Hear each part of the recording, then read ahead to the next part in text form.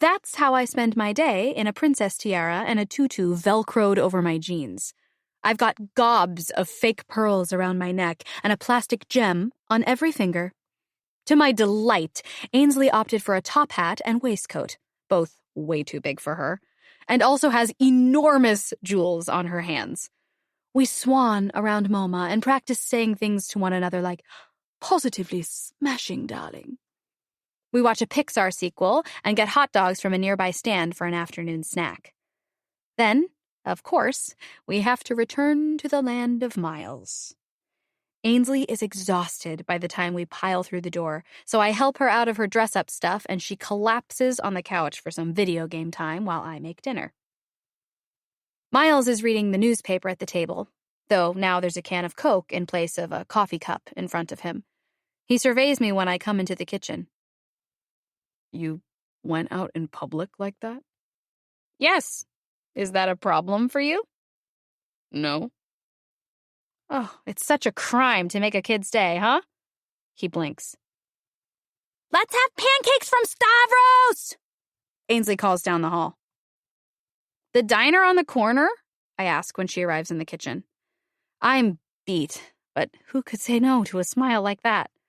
So I divest myself of the fancy wear and am just tugging my sneakers back on when a large pair of feet materialize in my line of vision, sliding into a correspondingly large pair of sneakers. I blink up at Miles. "Are you joining us?" "Miles tags along whenever Mom and I go to Stavros," Ainsley says, tugging at the tongue of her shoe. My eyes cut back to his. He shrugs. "I like pancakes." So, 10 minutes later, we file into a booth. I'm just perusing the menu when the waiter nearly ends my life.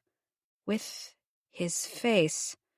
He must be one of the prettiest men I've ever seen in my life. Eyes, hair, lips. Even his ears are good-looking. I can already see it. On our first date, we'll get drunk and wild and sober up over the Atlantic on a last-minute red-eye to Madrid. Spain will suit us just fine, but after a few weeks, we'll meander to Italy, where his family surely has a villa. I'll get fat and happy off olive bread, and he'll paint me like one of his French girls. I can't wait to kiss this waiter's chapstick right off. He must see me giving him the eyes because his instantly scream, "Bedroom? Why not?" to me. I blush and play with the end of my ponytail. Miles orders pancakes and slaps the menu into the waiter's hand. Can't he see that I'm having a moment with the man who will surely be the great love affair of my life?